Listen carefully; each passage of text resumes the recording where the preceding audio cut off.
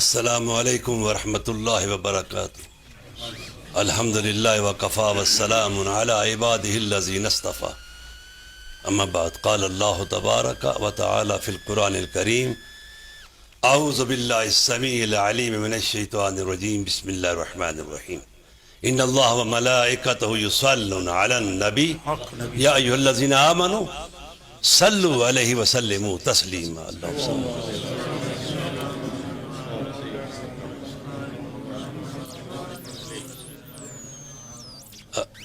عالی مرتبہ عزت مآب حضرت علامہ پیر محمد العابدین صدیقی صاحب مدد اللہ العالی، زیار نشین آستانہ عالیہ نہریہ شریف، اکابرین علماء و حاضرین محفل و ناظرین،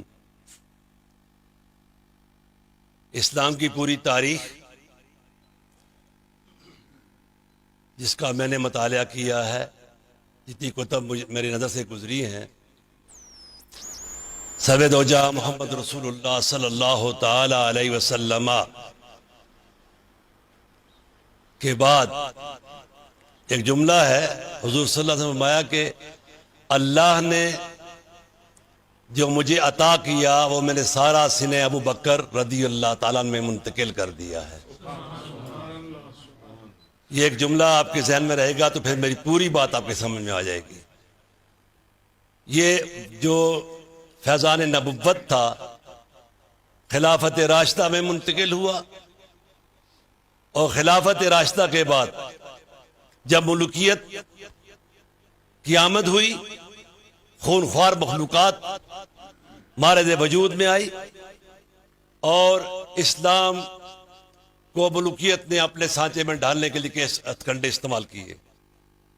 اس وقت رب ذوالجلال والاکرام نے اپنی کمال شان سے، اپنی کبریائی کی شان سے ایک ایسی جماعت کو مخصوص کیا جو نہ جبر ان کے پاس تھا، نہ تلوار ان کے پاس تھی، نہ تیغ و تفنگ ان کے پاس تھے، نہ قوتیں ان کے پاس تھی۔ اکیلی وہ جماعت جہاں بھی بیٹھی خفیہ طور پہ اس انداز سے خلافت راشدہ کے بعد نور نبوت کو تقسیم کیا کہ جو قیامت تک کے لیے تمام مورخین، تمام جتنے بھی رائٹرز ہیں، علماء، وہ اس مقام پہ متفق ہیں، جو کچھ بھی کریں اس بات پہ متفق ہیں کہ خدا کے اس محبوب کے اس دین کو دنیا میں پھیلانے کے لیے خلافت راشدہ کے بعد سب سے زیادہ جو کام کیا ہے وہ اولیاء کاملین نے کیا ہے۔ اور یہاں ایک بات جو میں آپ کو مجھے چبھتی ہے، اور یہ میری زندگی کا ایک منشور ہے، میں اسی پہ چلتا ہوں اور زندگی کا آخری سانس بھی اسی پہ چلیں گے کہ طریقت شریعت مطہرہ کی غلام ہے، اور اسی کے حوالے سے تمام صوفیاء کی تاریخ آپ پڑھ کر دیکھ لیں، اسی آواز چل رہی ہے۔ ادھر غوث اعظم سید عبد القادر جیلانی رحمۃ اللہ علیہ بغداد میں جلوہ افروز ہوئے، اور حضور بہاؤالدین نقشبند بخاری بخارا میں رحمۃ اللہ تعالی علیہ اس طرح کرتے ہوئے ہندوستان میں ہم وہ پہلے جو حضرت بالے میاں ادھر میں نہیں جانا چاہتا، حضور داتا گنج بخش علی حجویری رحمۃ اللہ تعالی علیہ کی ذات آتی ہے، اور ان کے فیضان معین چشتی سنجری اجمیری رحمۃ اللہ علیہ کی ذات آتی ہے۔ کشف المحجوب کو اٹھا کر دیکھیے، ایک ہی جملہ ہے کہ عالم کا ولی ہونا ضروری نہیں، لیکن ولی کا عالم ہونا ضروری ہے۔ ساتھ ہی اگر سلطان بہو کے مزاج پہ جائیں رحمۃ اللہ علیہ، آخر بات علم باج کرے فقیری کافر مرے دیوانہ ہو۔ نقشبندیہ مجددیہ تحریک ایک عظیم تحریک ہے اس تمام سلاسل اربع میں، اور اسی کے سرخیل ایک عظیم شاہ سوار جن کے آباء و اجداد ایران صوبہ کیان سے نکلے۔ جو اصولی بات ہے، انبیاء کی پوری تاریخ اٹھا کر دیکھ لیں، ہجرت ضروری ہے۔ حضرت آدم علیہ السلام نے جنت سے ہجرت ہی کی ہے نا، پھر سارے انبیاء ہجرتوں میں رہے، اس کے بعد تمام صوفیاء کا دستور یہی رہا ہے۔ حضور داتا افغانستان تشریف لائے تو حضور خواجہ آباء و اجداد جو تھے وہ تجارت کے اصول سے سفر کرتے تھے، جیسے ہر دور میں رہا ہے۔ بلکہ آپ عرب کی روایات کو دیکھیں، وہاں بھی مکہ المکرمہ کے قریش شام اور مختلف جگہوں میں جا کر تجارت کرتے تھے، اور آپ کے آباء اجداد اصول تجارت کے لیے ہندوستان تشریف لائے. ان کے بڑے جو جد اعلیٰ ہوئے ہیں ان میں رستم شاہ کا نام آتا ہے رحمۃ اللہ علیہ. اس کے بعد حضور کے والد محترم حضرت سلطان جیون شاہ رحمۃ اللہ تعالی علیہ کا نام آتا ہے. آپ سفر کے دوران ہی جبکہ حضور کی دادا جی صاحب خواجہ خواجگاں خواجہ محمد قاسم مولوی رحمۃ اللہ علیہ کی عمر شریف کوئی 8-9 سال تھی، آپ کا انتقال ہوا اور پاکستان اور افغانستان کے درمیان میں ان کو کہیں مدفن کیا گیا. اس کے بعد آپ کی والدہ ماجدہ نے اپنے اس خوبصورت فرزند کو جس نے ملت اسلامیہ کو وہ کچھ دینا تھا جو قیامت تک اس کی مثال نہیں مل سکتی، لہٰذا آپ نے کمال حکمت سے آپ کی تربیت کی. اور آپ کو حیرت ہوگی کہ انتہائی قسم و پرسی کے عالم میں بھی خواجہ خواجگاہ غوث زماں حضور مرشد پاکا حضور خواجہ محمد قاسم صادق بانی مہوڑا شریف رحمۃ اللہ تعالی علیہ کی تربیت کی. علماء کی معلومات کے لیے چونکہ وہ لیٹر میرے پاس موجود ہے، مولانا قاسم نانوتوی بانی دیوبند اور حضور سلطان مولوی رحمۃ اللہ علیہ ہم مکتب رہے ہیں. مولانا نانوتوی صاحب کا خط جو میرے دادا جی کو لکھا ہے وہ ہمارے پاس موجود ہے. ہم اس دفعہ انشاءاللہ جو آپ کے دلوں میں جو ایک خلش ہے اس کو دور کرتے ہوئے فقیر حضور کی مکمل معاشی کی تاریخ جو ہے وہ لکھنی شروع کی ہوئی ہے. تو اس میں وہ مکتوب بھی ہم نے اس کا عکس دینے کا پروگرام بنایا ہوا ہے.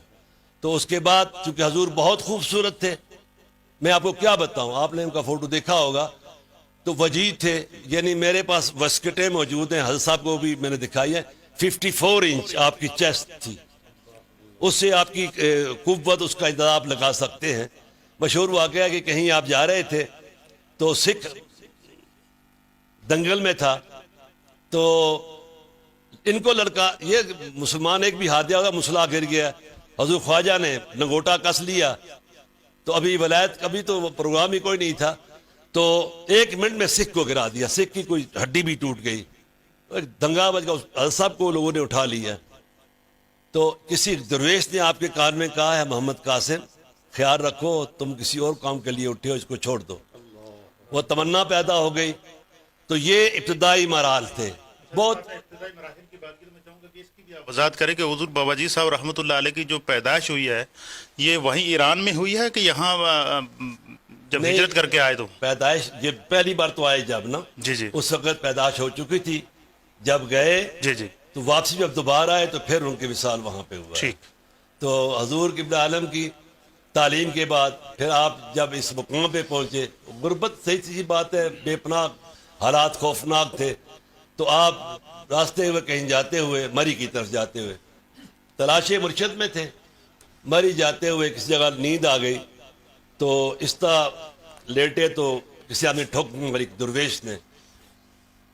آپ گھبرائے، نے کہا کہ محمد قاسم اپنا ہاتھ کسی کو نہ دکھانا، اللہ تمہارا شیخ تمہاری انتظار کشمیر میں کر رہا ہے. سبحان. لہٰذا آپ چل پڑے.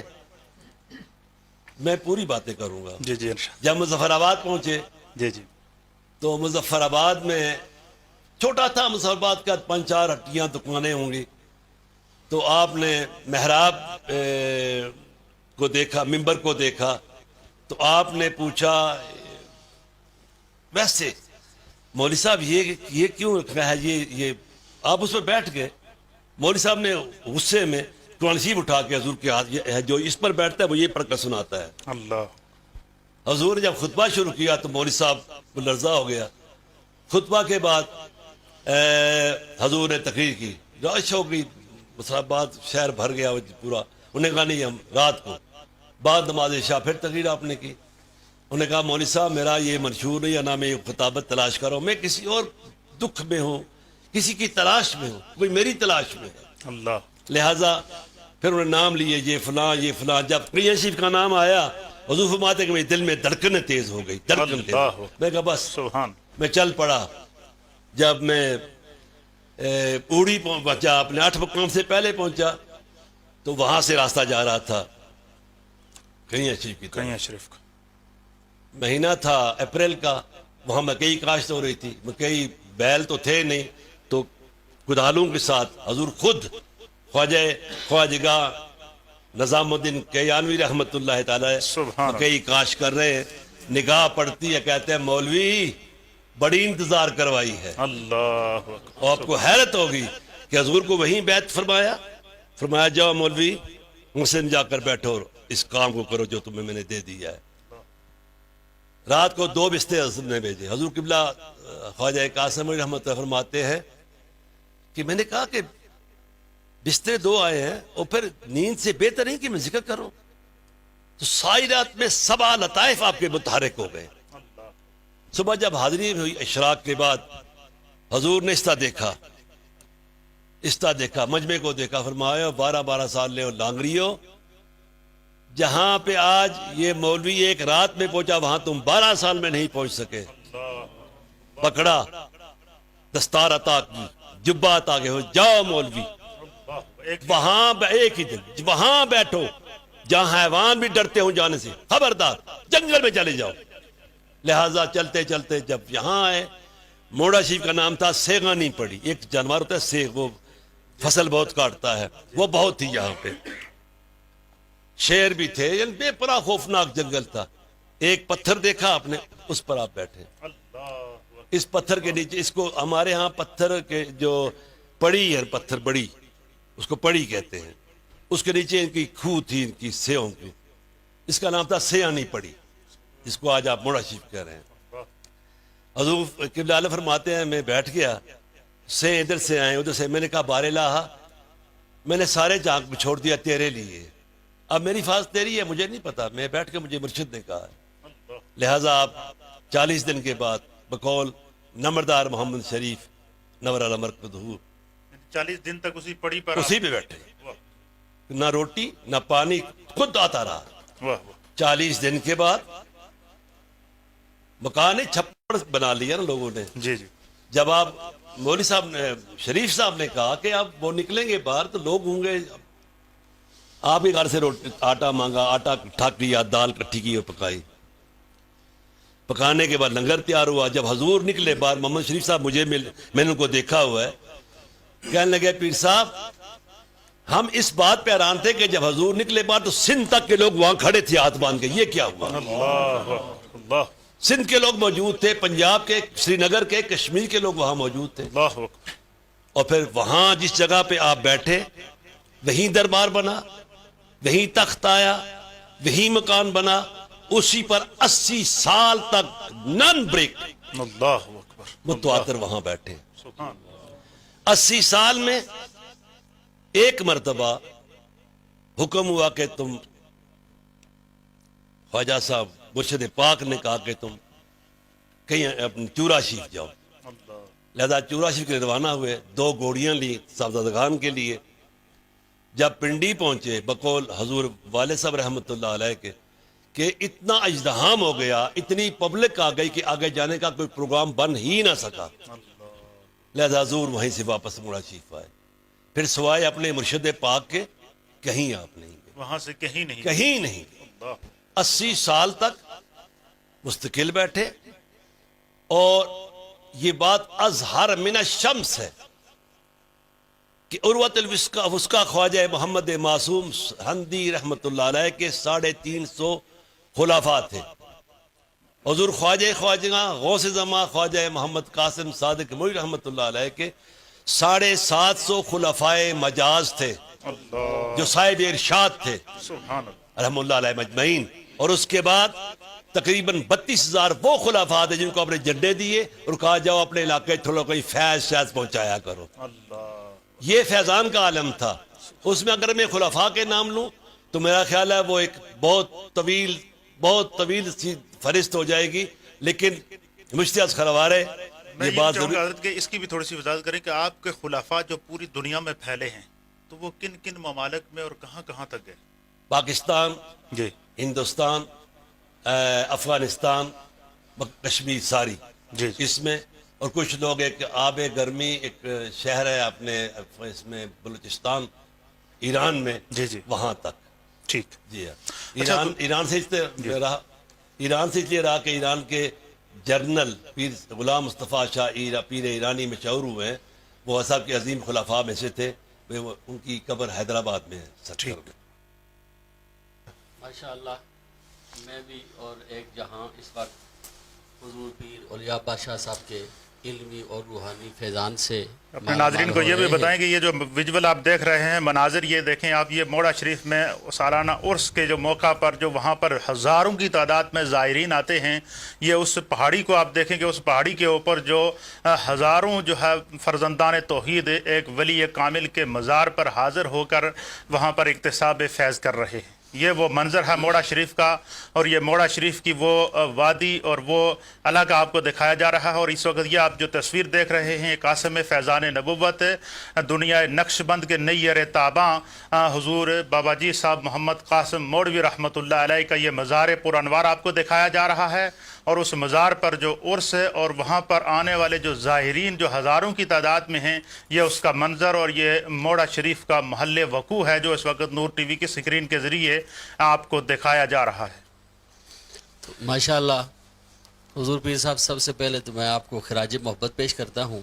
جس تسلسل کے ساتھ آپ کی گفتگو حضور شیخ العالم کی موجودگی میں ہم سن رہے ہیں، ایک زمانہ سن رہا ہے، الحمدللہ آپ کے آباء و اجداد نے جو آپ کا خوبصورت نام اولیاء بادشاہ رکھا ہے، اس سے حضور قاسم ولایت بابا قاسم مولوی رحمۃ اللہ علیہ کی شان و عظمت واضح ہو رہی ہے کہ جس شخصیت کے پوتے کو اللہ نے اولیاء کا بادشاہ بنایا ہے، وہ قاسم مولوی رحمۃ اللہ علیہ کس مقام کے ہوں گے۔ کیا بات، سبحان۔ اس پر آپ کو خراج محبت، اور الحمدللہ حضور بابا جی صاحب قاسم مولوی رحمۃ اللہ علیہ، ہم نے رحمت دو عالم کا فرمان سنا ہے کہ جو نام ہوگا اس نام کے فیضان اس نام کے اندر ضرور پائے جائیں گے۔ الاسم تدل علی احوالہ، ہر انسان کا نام اس کی شان اور عظمت کا ترجمان ہوتا ہے۔ حضور بابا جی صاحب قاسم مولوی رحمۃ اللہ علیہ، قاسم نام ان کی عظمت کا واضح ترجمان ہے۔ سبحان۔ اور جس مرشد کریم سے فیضان ہے حضرت خواجہ نظام الدین، یہ نام بھی بتا رہا ہے کہ نظام الدین کس عظمت کا حامل ہے، کس شان کا نام ہے۔ تو حضور آپ سے اتنی بات میں نے عرض کرنی ہے، پوچھنی ہے کہ جس طرح حضور خواجہ قاسم مولوی رحمۃ اللہ علیہ نے اپنے محبوب خلیفہ حضور خواجہ غلام محی الدین غزنوی رحمۃ اللہ علیہ سے فرمایا تھا کہ بیٹا میں دیکھ رہا ہوں آپ کی دکان کا سودا روئے زمین پر جائے گا، ہر چاہنے والا وہ سودا لے گا اور وہ سودا اسے مالا مال کر دے گا۔ تو یقیناً سرکار خواجہ نظام الدین کئی اشریف والے، انہوں نے بھی کوئی خصوصی ایسا فرمان، ایسا ارشاد اپنے خلیفہ پاک خواجہ قاسم صادق مولوی رحمۃ اللہ علیہ کے لیے بھی فرمایا ہوگا، وہ بھی سنائے تاکہ دوسری بات سے ہمارے حوصلے اور بلند ہو جائے۔ سبحان۔ اصل میں چونکہ جناب چشتی صاحب نے ارشاد فرمایا، اصل میں وہ چونکہ اتنی بڑی شخصیت ہے، اور اس کے لیے میں نے ابھی جانا ہے، اس طرف جانا ہے، وہ تو ابھی چونکہ میرے راستے میں چونکہ اور بہت سی باتیں آ گئی تھیں، تو حضور خواجگاں مرشد پاکا خواجہ پیر محمد قاسم صادق بانی و والی موڑا شریف رحمۃ اللہ تعالی علیہ،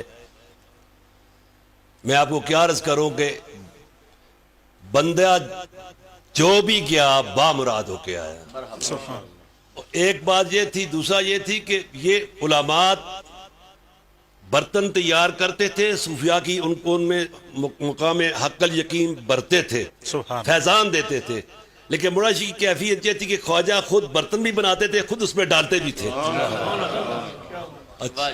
اور اس میں خلفائے جو نام ہیں اس میں یہ ضروری ہے، اس لیے کہ اس سے شخصیت کی فیضان کا آپ کو حیثیت کا علم ہوگا۔ خواجہ پیر محمد بخش صاحب پیر محمد بخش صاحب رحمۃ اللہ علیہ، لکھن شریف جلو موڑ لاہور، یہ حضرت صاحب کے عظیم پہلے خلفاء میں سے تھے، اور یہ حضور خواجہ مولوی کے ساتھ اپنے مرشد پاک کئی اشریف جاتے رہے ہیں۔ اس کے بعد پیر خواجہ عبد الرحیم صاحب سالک آباد شریف، جن کے لیے حضور خواجہ گولوی رحمۃ اللہ فرمایا کہ اگر ادب سیکھنا ہو تو سالک آباد والے مولانا عبد الرحیم صاحب سے سیکھیے۔ اس کے بعد آپ کے ہم سب کی دل کی دھڑکنوں میں ساتھ اس لیے ہمیں ان سے بہت پیار ہے. یہ حضور والدم غوث المعظم امین الامت خواجہ خواجگاں پیر محمد زاہد خان صاحب المعروف حضور پیر خان صاحب غریب النواز مہدوی رحمۃ اللہ علیہ کے عشاق اور خصوصی معاونین میں سے تھے. سبحان حضور خواجہ خواجگاہ پیر غلام محی الدین والی نیریا شریف رحمۃ اللہ تعالی علیہ کا وجود. سبحان اللہ. اور ان کی وہاں بٹھانے میں، ان کی تمام نظام میں، حضور خواجہ مولوی سے فیضان لینے میں حضور میرے والد صاحب کا حصہ رہا ہے، اور آج تک ان کی پیار و محبت ہم سے اسی طریقہ سے ہے.